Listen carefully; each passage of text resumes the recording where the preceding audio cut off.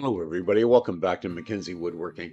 I'm going to do a project today I've been wanting to do for a while, a raised dog bowl dish for our dog, and my wife wanted it to suit the kitchen, so this is my play on that.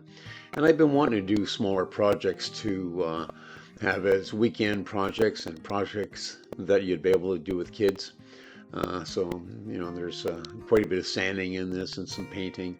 And it's not a lot of material, so I've only used a 24 inch by 24 inch piece of half-inch uh, birch plywood. I'm using Baltic birch. It really paints up good, and I want this painted. So what I'm doing is just finding the center lines of it, and that piece there is 12 and a half by 24. And I have 9-inch bowls that I just picked up at the dollar store. I like these bowls because they're deeper than they are wide, and I tried them on the floor before I built this unit or laid it out with the dog. I filled them up with some food and water, and she seemed to like it. They weren't too narrow for her, so these are 9-inch deep stainless steel bowls. I guess you could do them porcelain too, but either stainless steel or porcelain. But and I wanted a 3-inch gap between the two bowls. So I'm just showing here a caliper. So if you don't have calipers wide enough to measure exactly where you want the cut to be, you just put two squares together like that, and then you can measure between them.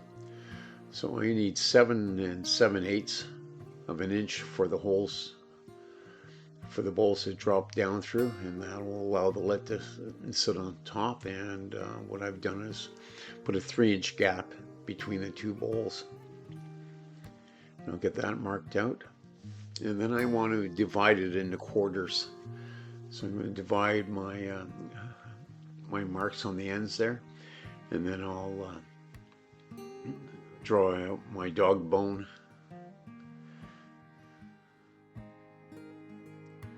And what I've done is just made a 6-inch mark. So these are making 6-inch semicircles on both ends.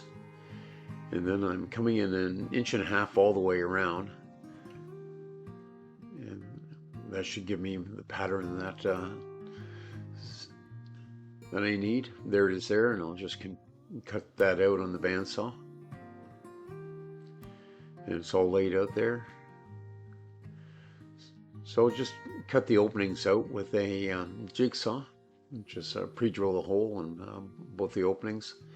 What I like to do is always I'll drill one and cut it out, and then I'll try it with the bowl to make sure that it works. But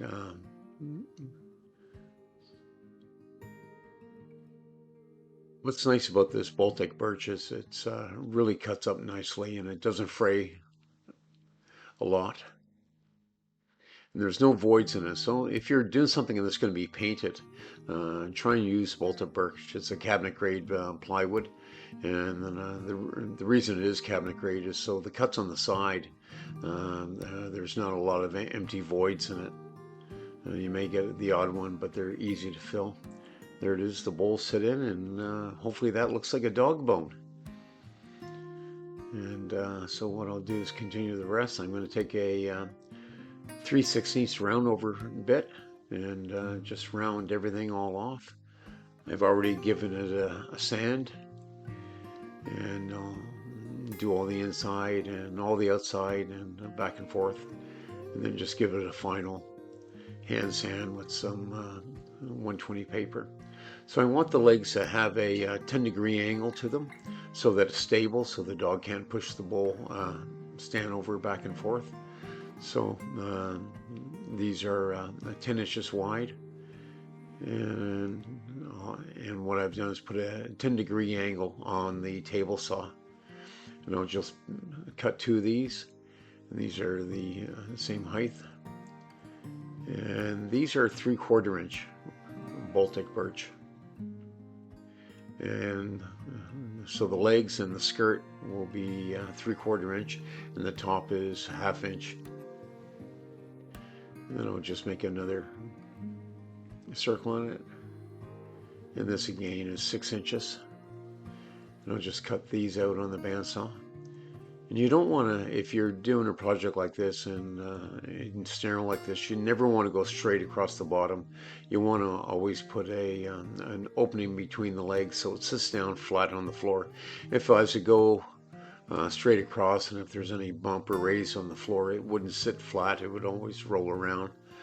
So you want to build it like a table. Uh, so you have four legs going down on it. So there's the cutout in the bandsaw. And I'm just checking for size, and you can see it's a 10 degrees angle, and that's the top and the bottom. So they've been double cut on the same plane so that the angles are going the same way. What I'm doing now is whenever I use plywood, because you don't want all the paint to soak up into the end grain, so I take ordinary white glue and I'll coat everything with my fingers, all the edges of the plywood, and then I'll leave this overnight. So I'll do all this, and I'll do the face, the dog bone as well. I'll coat everything, and I've had this all rounded over and sanded, but now I'll coat everything. And this is just glue, and I'll just use my finger and wipe it all the way along. And this is the next day now, so I'm able to sand this. So what this is a primer to stop all the paint from going into the end grain. You take quite a while filling it up, and the glue really will fill all those voids. If you can imagine a whole bunch of straws and you're trying to fill them up. So here's a individual pocket tool. This is by Craig.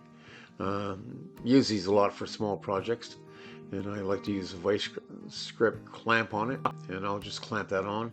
And what I was showing you there, I always put we glue a piece of sandpaper on the bottom of them, so that that they don't slide around. Sometimes, well, a lot of the times I'll use pre-finished plywood, and if we're making small things, the plastic will slide around a lot of pre-finished. So I'll put two on the bottom, as you can see. I've just divided that up. It's about 2 inches in from the sides, and it's important to go square to the bottom. And I can just do that by eye.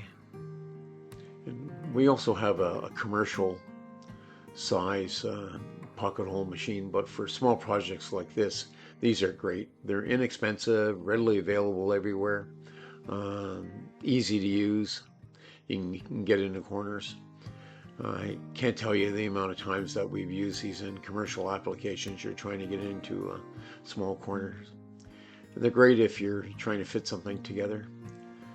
So I just have some glue on the bottom of that, and I've made some layout lines, and I'll just fasten that down with 2 screws.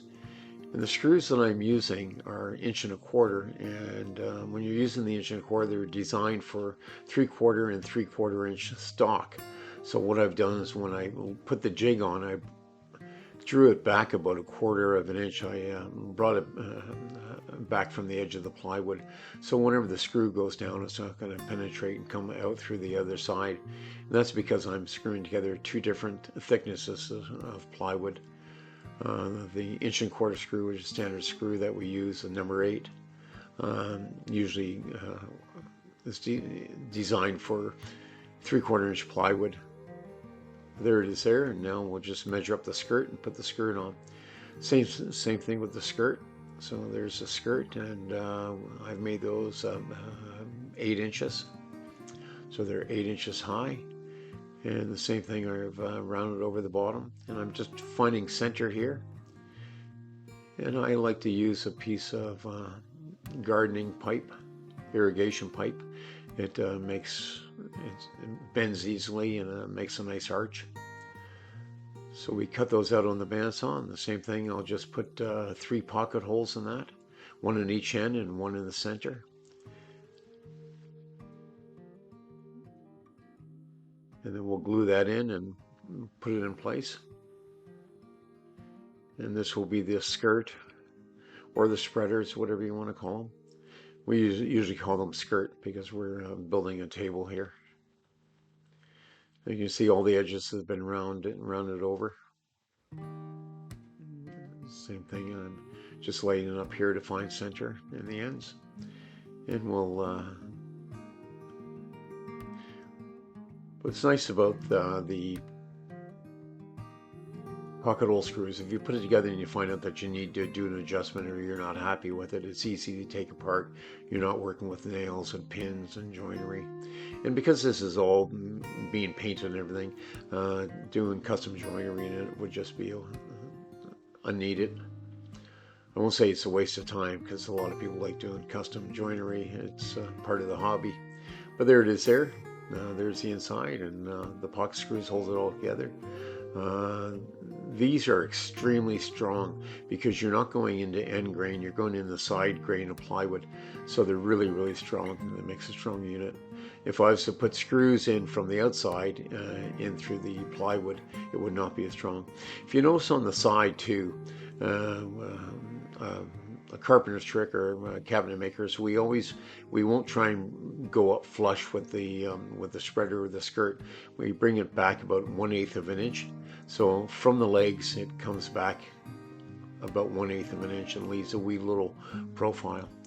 So there it is there. We got it out of the paint booth, painted it to match the kitchen, and there it is there. So it's a nice project to do. I hope you guys appreciate these videos. This is a great weekend project to do. You can get it all done and paint it and have it Monday morning for the dog. Thanks a lot for watching, and please subscribe. Lots of videos coming up for you.